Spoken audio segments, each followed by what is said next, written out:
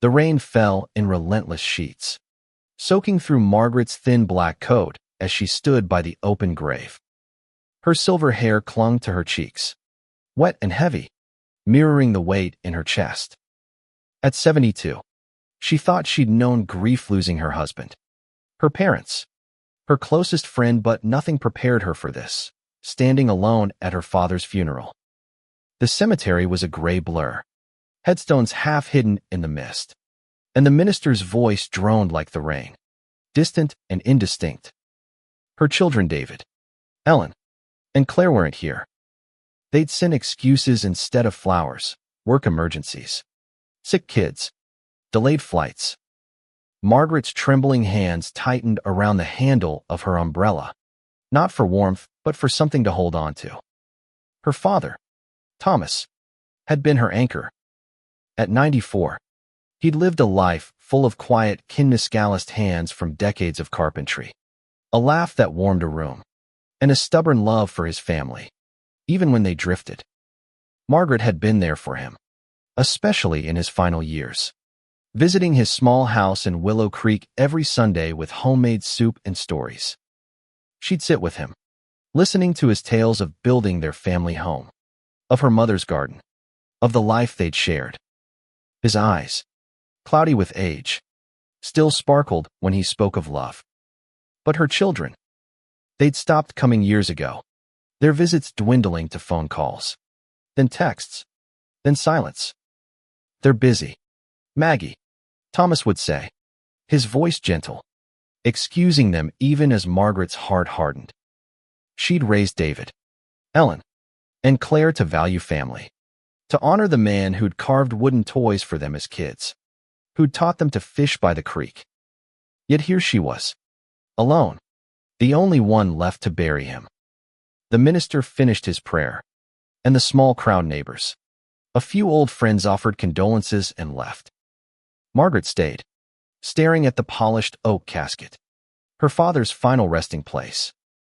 Inside, with him, was something else, a small metal box, its contents a secret she'd take to her grave. The idea had come to her the night before, as she sat in her father's empty house, surrounded by his things, his worn armchair, his toolbox, the family photos yellowed with age.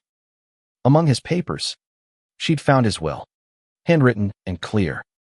Thomas had left everything to her 3 children, the house, his savings, the land he'd worked his whole life to own. It wasn't a fortune, but it was enough to mean something. Enough for them to fight over. She thought bitterly, imagining their sudden interest once the estate was settled. They hadn't cared enough to show up today, but they'd come for the money. Margaret's fingers brushed the key in her coat pocket, the one that locked the metal box now nestled beside her father's casket. Inside it were the deeds, the bank records, every document proving their inheritance. She'd buried it all with him, a final act of defiance. If they couldn't honor him in life, they wouldn't profit from his death. The thought brought no joy, only a hollow ache, but it felt right. It felt like justice. As the gravediggers began their work, the first clods of earth hitting the casket with a dull thud, Margaret turned away. Her shoes sank into the muddy grass, and she walked back to her car, the rain hiding her tears. She drove home in silence, the wiper's rhythm a steady pulse against her thoughts. Her children would call soon, she knew, asking about the will, the house, the money. She could already hear David's impatient tone, Ellen's feigned concern, Claire's vague apologies. Margaret would say nothing about the box. Let them search. Let them wonder. Back at her small apartment, Margaret sat at her kitchen table, a cup of tea cooling untouched. The silence was heavy, broken only by the tick of a clock her father had made. She thought of her childhood, running through his workshop, wood shavings dusting her shoes. He'd taught her to sand cedar until it was smooth as silk, to measure twice and cut once. Take care of what matters, Maggie, he'd say. She'd tried. She'd raised her children with that same lesson. But somewhere along the way, they'd forgotten. The phone rang, jarring her, David's name flashed on the screen. Margaret stared at it, her chest tight. She let it go to voicemail. His message was brief, asking about Dad's affairs. No mention of the funeral. No apology for his absence. Margaret deleted it without replying. She poured her tea down the sink and went to bed, the weight of her choice settling like the earth over her father's grave.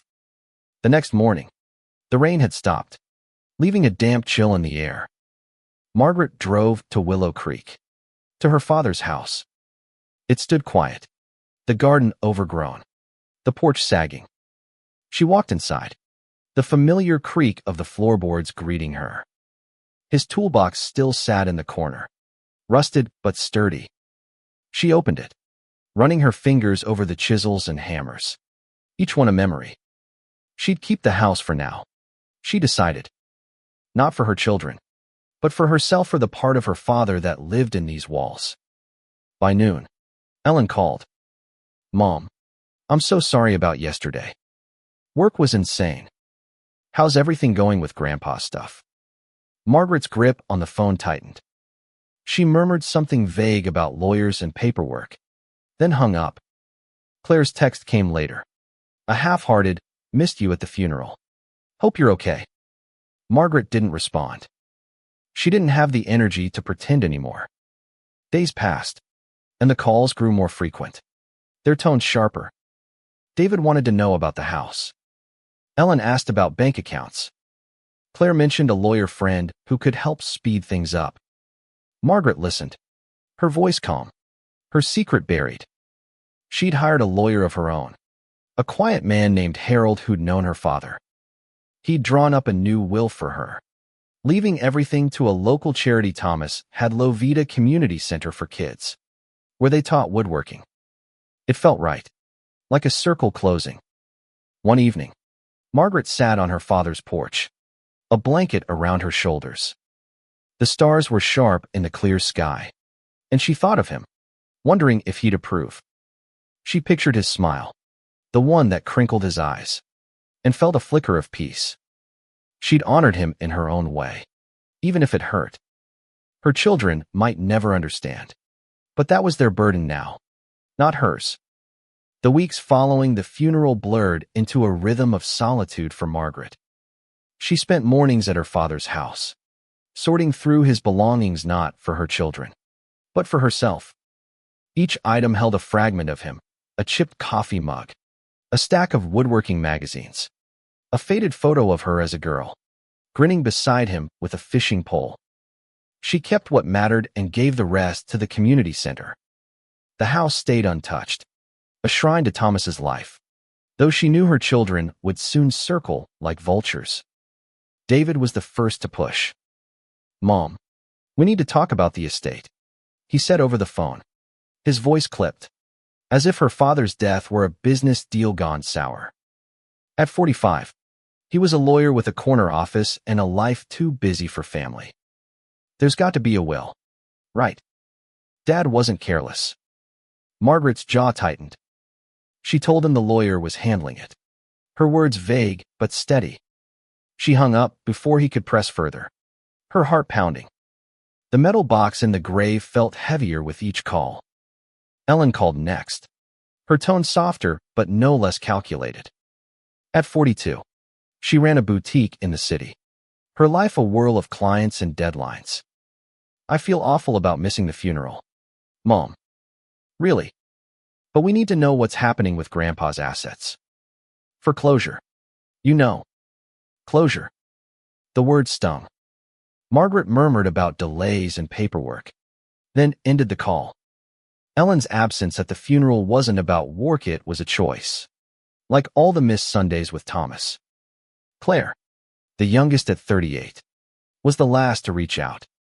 Her text was breezy, almost flippant. "Hey Mom, sorry again about the funeral. Crazy week. Any word on Grandpa's will?" Margaret stared at the screen, her thumb hovering over the reply button. Claire, an artist with a chaotic life, had always been the dreamer, the one Thomas indulged with paints and brushes. Yet she hadn't come. None of them had. Margaret typed, still sorting things out, and left it at that. By the end of the month, the calls turned to emails, then letters from lawyers. David had hired someone to expedite the process, his impatience clear in every line. Margaret met with Harold, her own lawyer, in his cramped office. He was a gray-haired man with kind eyes, a friend of her father's who understood Thomas's values. "You're sure about this, Maggie?" he asked, sliding her new will across the desk. It left everything: her savings, her apartment, her father's Hasido, the community center. She nodded, signing without hesitation. The metal box, buried with Thomas, ensured her children would inherit nothing from him. This will ensure they'd get nothing from her either. Margaret began volunteering at the community center, teaching kids to carve simple wooden figures, just as her father had taught her. Their small hands fumbled with tools, but their laughter filled the workshop, easing the ache in her chest. She saw Thomas in their focus, in the way they sanded edges smooth, proud of their work. It felt like a legacy, one her children had no part in. One afternoon, David showed up unannounced at her apartment. He stood in her doorway, his suit crisp, his face tight with frustration. "Mom, this is getting ridiculous. Where's the will? We're entitled to know." Margaret poured him tea, her hand steady. "Your grandfather's wishes are being handled," she said, her voice calm but firm. He pressed, his eyes narrowing. "Handled? By who? You're not telling us anything." Margaret met his gaze, unflinching. "David, I'm grieving. I need time." He stormed out, muttering about lawyers. She didn't mention the box. She never would. Ellen came next, visiting the house in Willow Creek. She walked through the garden, her heels sinking into the soft earth, and stood in the living room, arms crossed. "Mom, we can't keep waiting. What's going on with the estate?" Margaret offered her a seat, poured coffee, and said, "It's complicated. Legal matters take time." Ellen's sigh was sharp, her questions relentless. Margaret kept her secret, her face a mask of calm. Ellen left, promising to dig into it herself. Claire's approach was different. A late-night call, her voice thick with guilt. "I wish I'd been there. Mom, I want to make it right. What's happening with Grandpa's things?" Margaret's heart twisted, but she stayed firm. "It's being handled. Claire, be patient." She hung up, the weight of her choice settling deeper. The community center became her refuge. Margaret spent hours there, teaching kids to shape wood into toys, her father's old tools in their hands. The work grounded her, each carved piece a tribute to Thomas. She donated his magazines, his sketches, his life's work to the center, ensuring his craft would live on. The kids' pride in their creations mirrored her own memories, and for the first time since the funeral, she felt a spark of purpose. Her children's pressure grew. David sent a formal letter, demanding access to Thomas's records. Ellen called daily, her tone shifting from guilt to entitlement. Claire showed up one day, uninvited, her eyes red from crying or lack of sleep. "Mom, I need to know what's going on. I love Grandpa, too." Margaret's voice was soft but unyielding. "You didn't show up, Claire. That's said enough." Claire left in tears, but Margaret's resolve held. Harold warned her the children might contest the will. "They don't know what's in the ground," Margaret said, her voice steady. "Let them try."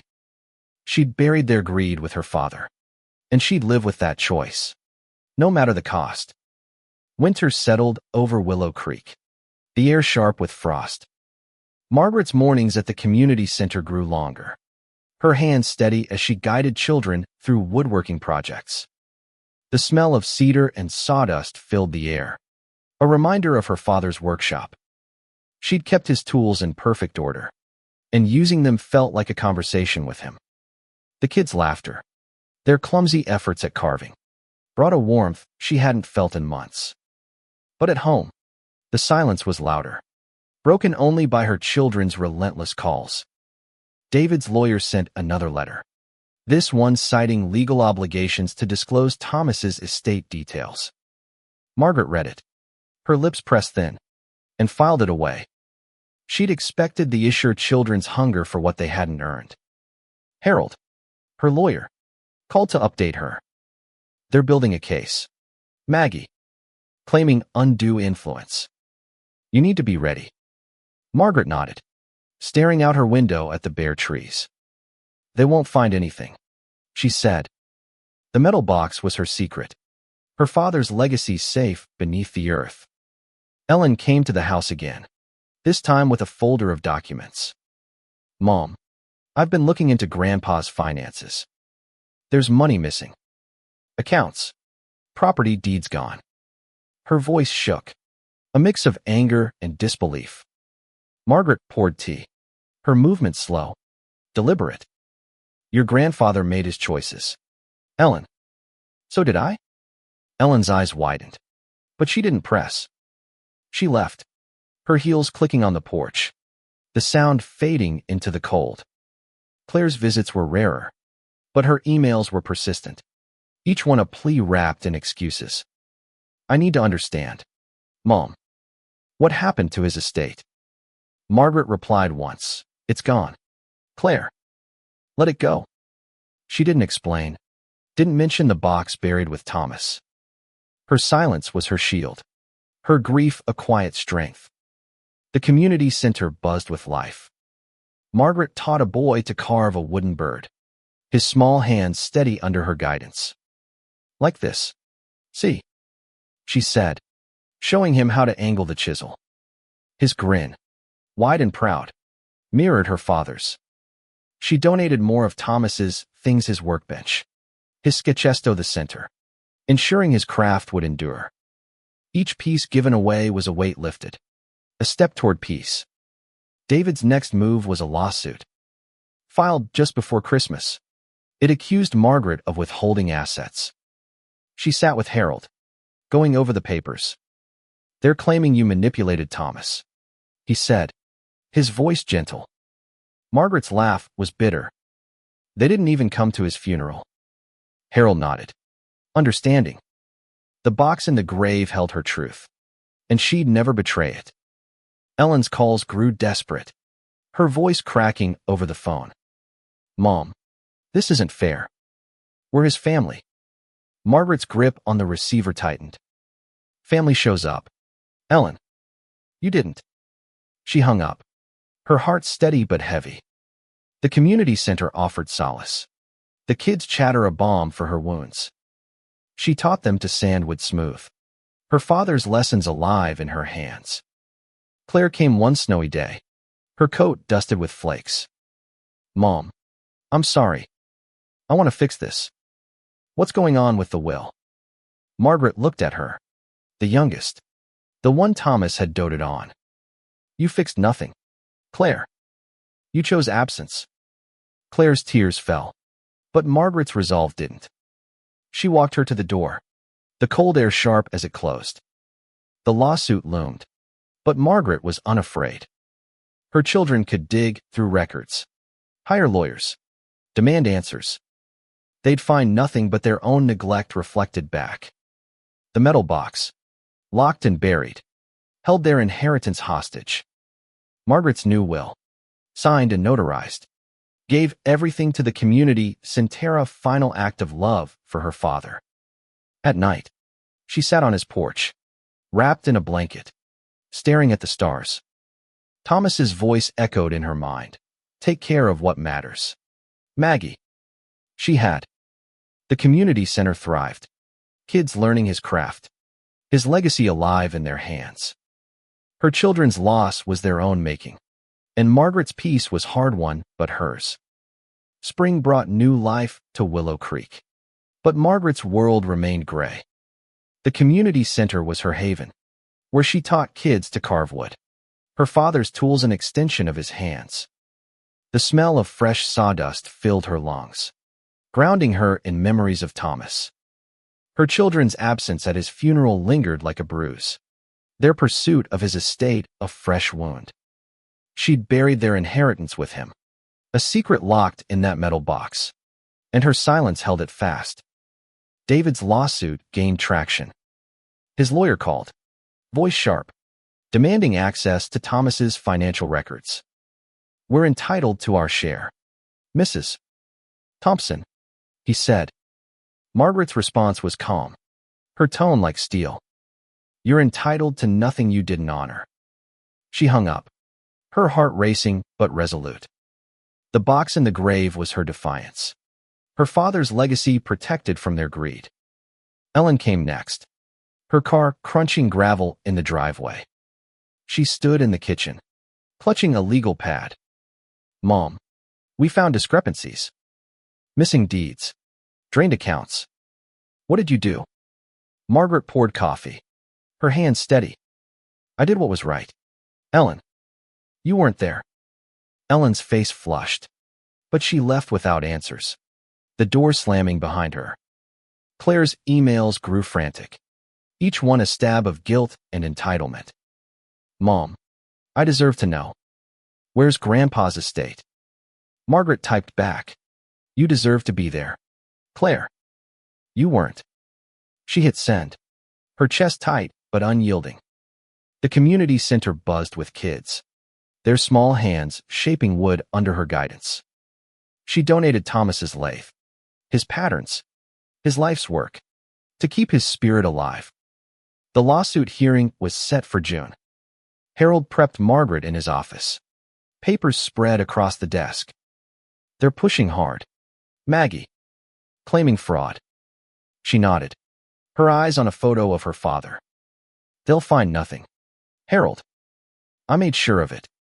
The metal box, buried deep, held her secreta final stand for Thomas. Margaret spent evenings on his porch, the air soft with spring. The stars reminded her of nights with him, his voice warm in her memory. "Take care of what matters." Maggie. She had. Rosalie, the eldest, came one morning, her face pale and drawn. "Mom, I'm sorry. I need to make this right. What happened to the money?" Margaret's voice was low, steady. "You didn't show up, Rosalie. That's what happened." She didn't flinch, her choice a weight she carried alone. The community center thrived, kids crafting wooden toys with her father's tools, their laughter a balm for her grief. She taught them patience, the way Thomas had taught her, each piece a tribute to his craft. Her children's legal battle grew, but Margaret was ready. They could search all they wanted, nothing would unearth her secret. David's lawyer sent another letter, citing inheritance laws. Margaret filed it away, her lips a thin line. "They'll get nothing but their own regret," she said to Harold. Ellen's calls were sharp, accusing her of theft. "You weren't there, Ellen. You don't get to claim what's not yours." Claire's tears came during a late visit, her voice breaking. "Mom, I loved him. Why are you doing this?" Margaret's answer was simple. "Because you didn't." Her peace came slowly, built from teaching kids to honor her father's memory. The community center was his legacy, not a pile of papers in a box. Margaret's heart held firm, her secret safe, her father's love alive in the hands of children carving wood. Summer heat settled over Willow Creek, the air thick with humidity. Margaret spent her days at the community center, her father's tools in her hands as she taught kids to carve. The workshop smelled of pine and varnish, a living memory of Thomas. Her children's lawsuit loomed, a constant shadow, but the metal box buried with him kept their inheritance out of reach. Margaret's silence was her strength, her secret a vow to her father. David's lawyer was relentless, calling weekly with demands for estate details. "You can't keep us in the dark, Mrs. Thompson," he snapped. Margaret's voice was calm, unwavering. "You kept yourselves away, David. The darkness is yours." She hung up, her resolve like iron. The box in the grave was her justice, a silent rebuke to their absence. Ellen returned, her lawyer in tow, papers in hand. Mom, we've traced the accounts. The money's gone. What did you do? Margaret set her cup down. Eyes steady. I did what Dad would have wanted. Ellen, you weren't there. Ellen's jaw clenched. But she left, the porch creaking under her steps. Claire's visits were scarce, her texts sharp with desperation. Mom, I need answers. Where's the estate? Margaret's reply was brief. You needed to be there. Claire, you weren't. She deleted the message, her heart a fortress of grief and conviction. The community center was alive with kids, their hands learning her father's craft, his legacy thriving in their work. The lawsuit hearing came in July. Harold sat with Margaret, going over strategies. They're accusing you of hiding assets. Maggie, it's serious. She nodded, her gaze on a wooden bird her father had carved. They'll find nothing but their own shame, she said. The box, locked and buried, was her final word. Margaret spent evenings at the house, the garden blooming with wildflowers. Thomas's voice echoed in the quiet. Take care of what matters. Maggie. She had, giving his life's work to the community center, where kids carved with his tools, his spirit in every cut.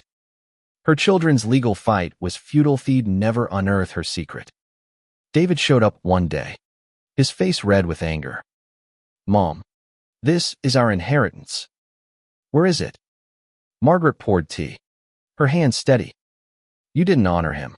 David. It's gone. He left, slamming the door, his entitlement burning. Ellen's lawyer called, voice sharp.